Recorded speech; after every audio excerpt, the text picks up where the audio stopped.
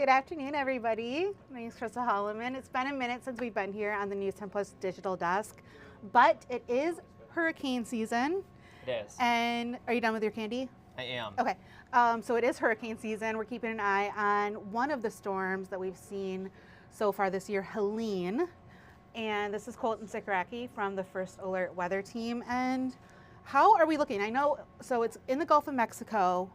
Why should we care here in Michigan? Well, we care because not only is it going to impact our friends down in Florida, and I know that a lot of people vacation in Florida, right? Mm-hmm. So that's first of all why we care. And then secondly is that we're actually going to see some impacts from the system, not directly, not as a hurricane, but in a couple of days, we're going to see some of the moisture from this move on up into our area. So that's also why we care about its progress and what it is currently doing in the Gulf of Mexico, and we are just hours away from landfall likely. So we're going to dive into what the hurricane's doing, what they can expect in Florida, but then also what we can expect here too from the rain chances that we'll see return to the forecast, especially since it's going to happen over the weekend. And I think there's a big football game in East Lansing this weekend. There is. There's a big football game in East Lansing. There's a big football game in Ann Arbor. Yeah, so we'll be keeping a close eye on the forecast for both of those games. So there's a lot to talk about. So let's show you. I'm looking at this radar, and I'm used to the green and the yellow and the orange and the red, but not the purple and black. So actually, this is a satellite view of it, just using a different color table. Okay. So what we're looking at is basically where you see the purples and the dark reds. That is where the strongest part of the hurricane currently is. And what we're watching for, and one of the things that the National Hurricane Center has been very accurately predicting, is that this storm has the possibility to what is called rapidly intensify, and that's where the pressure drops X amount in a 24-hour period. And we're unfortunately starting to see some signs. And what I wanted to point out to you is kind of looking right here. Do you see how we're seeing that explosion of the very pink color right here on the northeastern side of it's like it's radiating out. Yeah, of the eye. What will likely happen, and hopefully it doesn't happen quickly, is that we're likely going to see that wrap around the eye of Hurricane Helene. And once that happens, it's go time, and this thing will likely strengthen pretty quickly. In fact, we'll get a new update from the National Hurricane Center within the next half hour. They do 3-hour updates when there's a warning in place. So we'll get an update. I would suspect right now it's not a Category 3, but looking at satellite trends and what's on radar, it does look like it's probably strengthening into a major hurricane Category 3 at this time. Now I'll switch over to the more traditional satellite radar what view. we're used to. Yeah, and so you can see just a tremendous amount of moisture, and not only just around the hurricane, but stretching all the way up. You know, look at Georgia, South Carolina, North Carolina. I was just on the phone with our affiliate in Charlotte, North Carolina, and they said, oh yeah, we're getting tons of rain already. It's going to be a problem, and I think what may ultimately happen with this hurricane is that the thing that everyone talks about and remembers from this hurricane will very likely be from the inland flooding. Away from the, from the coast. So not so much the wind damage. No, I think, at least in my opinion, that's really what's going to be the biggest talker. And the reason for that is because what do they have in western North Carolina? Hills, mountains. Mountains, right? Yep. So what we're seeing is a hurricane, which obviously goes counterclockwise. The winds around that go counterclockwise. So as it moves north, you're going to continue to see a southeast wind up against those mountains. And what that does is the air goes up over the mountain. That can produce even locally heavier rainfall because of that. It doesn't happen that often to get a wind from the southeast like this with this much moisture. So that's the biggest concern, especially in some of the higher elevations in Georgia, South Carolina, North Carolina, Tennessee, even into Kentucky. We could see some very impressive rainfall totals. I'm going to that area of the country in a couple of weeks, so yeah, hopefully not. Yeah. Well, hopefully not, as in like they don't get any damage. Right. I'm like, hopefully I do well. So here's the latest projection from the National Hurricane Center. Latest advisory. This is as of 11 a.m. Again, like I said, we'll get one at 2. But maximum sustained winds of 105. That pressure is at 960 millibars. That number keeps coming down. So when the pressure drops, the storm is stronger. Okay. So we're seeing that number drop down. What number are we kind of looking for with that? Well, if you want a weaker storm, you want it to be higher than that. So I would suspect that probably within the latest update, we're going to see that tick down a few more millibars. Okay. for hurricanes of this size and of this strength, that's pretty typical. Okay. And pressure-wise. And one of the things, too, about it, and I'll talk about it when I talk about storm surge, is that this is a very large hurricane, taking up a good chunk of the eastern half of the Gulf of Mexico. So that's why storm surge is such a concern. And we'll talk about that in more detail. But it is expected to make landfall as a Category 3 hurricane later on this evening. It is moving pretty fast at 14 miles per hour. And then watch what happens is it's going to continue to move off to the north, obviously weakening as it does so. But then it's going to kind of just meander there into the center part of Tennessee and Kentucky. So that's why rainfall continues to be an issue. And this will get close enough to us to not only see some clouds, but also some rain chances from it as we move forward here. So here's a map that shows the peak storm surge. So storm surge is the amount of water that gets pushed in from the storm. Obviously, it's churning up so much water because of the wind and the rain and all of that, and then it pushes it inland as the storm comes in. And right where you see that big bend of Florida, that's where more than 12 feet is possible, maybe even up to around 20 feet of storm surge. We saw 20 feet is not out of the question. Yeah, and so things that go to account when it comes to storm surge is not necessarily the strength of the hurricane. That's not so much. It's more about how big is the hurricane, as in terms of like size of the hurricane, as well as the type of coast that it's running into. So if you think back to Katrina, Hurricane Katrina back in 2005, it made landfall as a Category 3 storm. But obviously it did a tremendous amount of damage. And the reason is because it was such a huge hurricane in the Gulf of Mexico, it pushed all of that water inland, and that's what led to the devastation in New Orleans. Not saying that's what's going to happen here, but it's more about the size of the hurricane and where it's going to hit that determines storm surge in a big way. Well, there was the one that hit Houston, Harvey, and that was kind of the same thing. It was so big. It was so big, and then Harvey just stopped moving too. Yeah, it just stayed there. It stayed for several days, and it just dropped, over 20 inches of rain into parts of Texas when that made landfall back in, what was that, 2016, I believe, 2017. But yeah, so that's why storm surge is such an issue, especially in that Big Bend region. 17. Yeah, I thought it was. You were so close. I said 2016 or 2017. You did. So the concave coast too. So that's another thing to keep an eye on where this is reaching. That's why the storm surge is going to be so high. Now, the only good news about it is that this is a pretty rural part of Florida. It's kind of marshy in this area as well. But for the people that live there, obviously, it's going to cause some issues and some major issues potentially with the storm surge with Helene as it makes landfall. So we can use our computer models to show as this thing continues to move off to the north, likely making landfall around 8, 9 o'clock or so, maybe slightly after that, somewhere there along the Florida coastline. And likely going to miss some of the bigger cities in that area. Tallahassee is just off to the west there. So this, people can't see what I'm kind of hovering over right now, but this long line of storms, it's like, is that part of the bands? Yeah, so that would be the outer bands. And is it the fact that it's stretching clear across the entire length of the state of Georgia, is that typical? No, it's not. It's interacting with another system that's already in place. So that's why, A, it's a tricky forecast, but B, that's why it's just going to wring out all this moisture from the hurricane as it moves northward. And so we're going to see look at this, a tremendous amount of rain, because the hurricane is going to feed off another low pressure system that's in that area, and the two are going to just combine and produce a tremendous amount of rainfall for a lot of this part of the country. When you get into western North Carolina, that whole Ohio River Valley right there, looks like it's right in the track. They're going to see a ton of rain from that as well. So this is a long duration event, and like I mentioned, yes, the hurricane making landfall and the damage it's going to do along the coastline is a big story, but I also think that the big story is going to be from this flood threat that's going to happen for a good chunk of the country.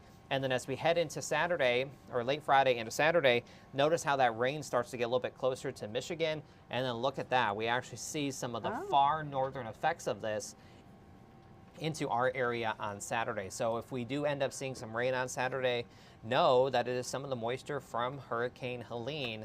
And it is a big time deal because we have a big football game in East Lansing, a game at the University of Michigan at noon. So there's a lot going on this weekend. So rain chance is not the best, but I really still don't think that the weekend's going to be a washout. And I really don't expect us to get a ton of heavy rain from this. So we're kind of lucking out a bit in terms of what kind of effects we'll see from it. We'll also see some of the winds pick up. We'll see a pretty strong northeast wind tomorrow and into the day on Saturday. So it's not going to be the best looking days for us, but we're going to obviously avoid a lot of the heaviest rainfall. So just looking at some of these totals, this is through 8 p.m. on Friday, and just see where all like those highest totals are. Asheville, North Carolina, and even behind that, there's some that yellow color. That's way more. More that's on the legend. Yes, it is breaking the legend. And you can see the heavy rain. I could have added more cities to the west, and I probably should have, but they're into northern parts of Tennessee, Kentucky, seeing a lot of heavy rainfall as well. So it's a wide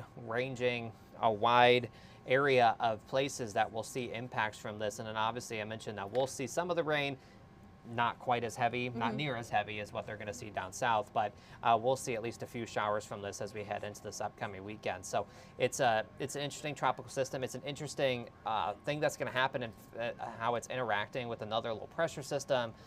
So it's kind of all leading to a pretty big deal, for our friends in the south. So yet another hurricane making landfall in the United States. One just happened not too long ago. It's true. So it is the peak hurricane season. That's typically in September. And so there's actually another tropical storm that's out in the Atlantic right now. Isaac is out in the Atlantic right now. It's not really going to impact anyone here, but it's hurricane season. The next one to keep an eye on. It'll be something to keep an eye on, and as we move throughout the rest of September and into October. Hurricane season runs until the end of November. So we have to keep an eye on these things. I do want to take a quick look. This is Key West right now, southernmost point in the continental United States. And earlier when we first brought this shot up, there was a person standing just to the left of the buoy, right where that huge wave just hit. So that is what it's looking like at the southernmost point of the USA right now. Yeah, and it's also interesting to note about that is that most of the state of Florida, if not the entire state of Florida, is seeing impacts from the system because of how large it is. Let me go back to the satellite view and just show you how big of a hurricane this is. I mean, you have the outer bands hitting Key West right now, but they stretch all the way into the central parts of the Gulf, going all the way up into northern parts of Florida. So that's why the entire state is seeing a lot of impacts. And I'll switch to the radar, and you can see that there's rain happening. And with those outer banks, you get the tornado threat because you get a quick change of wind direction with those things. So a tornado threat exists across most of the Florida peninsula. There's a tornado watch out in effect for that area as well. So it's a multi-threat. Every system is, every hurricane is. And we just wanted to give you an update. We always keep an eye on these things, especially if they have the potential of impacting us in one way or the other. Obviously, we will never see a hurricane hit us here directly, but as they weaken, we will see some of the moisture from it, and this will definitely be the case. So we'll keep an eye on that. So we've kind of looked at when we can expect it to make an impact on the Midwest pretty much. How long will it last until it dies out? Because once the storm kind of goes over land, it weakens a little bit, it loses its strength, and especially going through some of those valleys and everything in the side of the mountains. When do we think it's going to kind of peter out? Yeah, so what happens when a hurricane makes landfall is it loses its source for energy. So hurricanes, tropical low pressure systems get their source, their energy from the warm waters of the ocean. It's evaporating the water up into the storm. It gives it a lot of feedback and gives it its energy needed to form. Unlike systems that we would see, coming from our west, that's not the same type of low pressure system. So when it moves over land, it loses that source. So that's why you see it kind of fall apart rather quickly. The winds die down as well. You also get the fact that friction happens. There's a lot more friction over land than there is over the open water. So that kills the hurricane as well. So what we'll see is that this thing will fall apart, but it still has a lot of moisture with it. It's still pulling up moisture from the Gulf of Mexico, even in some cases pulling off moisture of the Atlantic Ocean. So that will take more time for it to kind of rain itself out, but eventually it will. It'll all fall apart, but probably through most of this weekend, we're going to be talking about the effects of this. Probably Sunday, Monday, I would say a lot of this starts to wrap up. So it's a few days from now. And that's why they're expecting tremendous amounts of heavy rainfall, not only in Florida, but obviously in the other states surrounding it. And is it disaster preparedness week or month? Month of September. So what can people do to kind of prepare for the outer effects that we're going to see here. Not so much right there in Florida. We've seen the sandbags, the boarding up the windows and everything they can possibly do. What can we kind of do right now here in Michigan? Yeah, so luckily for us, we're not going to see anything severe from this system. So I wouldn't say there's anything major that we have to do in terms of preparing. But if there were flooding, that's when you would want to maybe make sure that you have things ready to go in terms of, you know, an emergency kit. You should always have an emergency kit with supplies, food, other supplies that you might need, and a waterproof container, right, in case there is flooding. So that would be something that we would have to keep an eye on. I'm not all that concerned at all about any flooding happening here from this, but those are some of the things when it comes to heavy rainfall that you want to keep in mind. And you know, what they're going to see down south is just a lot of heavy rain and that storm surge that will come in and really cause a lot of issues. And, you know, the water is what ends up injuring people in these things. So that's why it's so critical that people are prepared. I know a lot of people have evacuated from Florida because of these hurricanes and from this one in particular too. So yeah, so there's a lot of things. And, you know, if you live in the South, I used to live in North Carolina. I've gone through a few hurricanes myself. Yeah, we were just talking about, you've been through a handful. I went through one. Yeah. It's actually, I was stranded in a hurricane when I found out I got this job. But it all works out in the end, yeah, right? it all works out. We do have your TikTok up there as well. Look what I just did for you. Oh, thank you. Yes, new to TikTok. Yes. Please follow. But there's going to be some updates on the hurricane as well. Actually, that's one of the videos you have up there. Yeah, and you know, we'll keep an eye on this, and obviously it's going to impact things. And we've been talking about the Michigan State games, but the Tigers and their playoff hunt, you know, they're on right now. Right now. Magic numbers 3, and they're home all weekend long, so Friday, Saturday, and Sunday. And they did already have to change. Was it yesterday's game or the day before? It was the day before. Okay, yesterday. yeah, they did have to change that because of the weather. So Right, they moved it we're up. already looking at some issues with the weather. The Tigers are losing 2-0. 2-0, bottom of the third, 0 outs. So, yeah, Keep winning. we're gonna try. And you win. We're gonna try and get that done. Yeah. So. But yeah, it can impact a lot of stuff going on. Is it going to impact any of the crops? Any, you know, damage to things that we're kind of looking forward to this time of year? Well, we need the rain. Obviously, we're seeing one of the driest Septembers on record, so any rain we get will be needed. And I really still don't think this weekend's a washout for us. These showers are going to be pretty scattered. It's not going to happen all day. So if you have any of those outdoor plans, if you're heading to any of the football games, baseball games, anything else, I think Nicole is going to the game on Saturday, the Tigers game. Excuse me? I know. And How did she score those tickets? Well, I don't want to know. so I really don't think the weekend is a complete loss for us, and there will be plenty of drive time mixed in as well. Did you get another update or? I've been keeping an eye on the National Hurricane Center, seeing if we get a new update. We should get one within the next 10 minutes. It's not in just yet. Oh, yes, it is. Actually, here is the latest update if you want to pull that up. Oh, you already have it pulled up. So it's now a very strong Category 2 hurricane. It's already gone up 9 on the pressure since you last checked it. I thought it was at 960. Oh, okay. So it going down means it's that's strengthening. right. I was not smart about that. But so now it's right on the cusp of becoming a Category 3. I believe now it's 1 mile per hour away. I would have to look at the Saffir-Simpson scale. It's something like that. But once it reaches the next advisory, I would suspect that it is the later updates will probably be 111 is a Category 3, so it's currently at 110. Okay. So it's not officially classified as a category. It's the top of Category 2. Top of Category 2. So that's the latest update that we have from the National Hurricane Center. I wouldn't be surprised if they do hourly updates here soon. They have hurricane hunters flying throughout the system. The hurricane hunters are getting real-time observations of how strong it is, wind speeds, getting the pressure and all that stuff. So they're around the clock, the friends over at the Hurricane Center, keeping an eye on this thing. You know, they're based in Miami, so they're seeing some, you know, impacts from this as well. They're at the Hurricane Center. Very busy right now. So but yeah, so glad that we got the new update during this. 110 miles per hour. I would suspect that probably by 5 o'clock. With its next update, that is probably going to be a major hurricane, just based on what we're seeing on satellite with the hurricane. Very impressive, and you know, it's going to make landfall later on this evening. All right, and you're going to be on Studio 10. Studio and 10. First at 4? Yep, and Andy, of course, has been keeping an eye on this as well, so you can tune in for 90 minutes of news. Andy will have, you know, more of a breakdown of the hurricane as it moves on north, especially too because we're going to see some impacts from it. So that's why we keep wanting to talk about it. I do want to take one more look at our camera. It's hard to say. It really is in focus, I promise. Our camera in Key West, still very, very, there you go. Very, very windy. Very high waves. Yes, as it was pointed out, the southernmost point of the United States. It's almost like it says that on the screen. There are a couple of people walking around. That person in the blue. Yeah, don't do that. Yeah, that person in the blue. Okay, might be the one I saw earlier because they were wearing a blue shirt. But yeah, don't. It's not worth the gram picture to get that taken. So be careful. Make sure you're prepared for whatever it is that may be coming our way.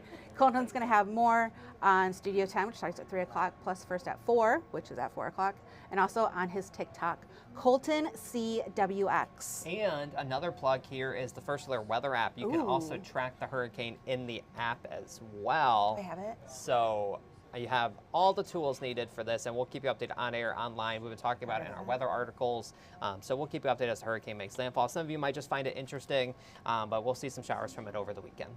All right. Thank you very much, Colton, for giving us an update on how something that's really a national story is going to impact us here right in mid-Michigan, and we will stay tuned on air, online, and on all of your socials. Yes. All right. Stay safe, everybody. We'll see you later.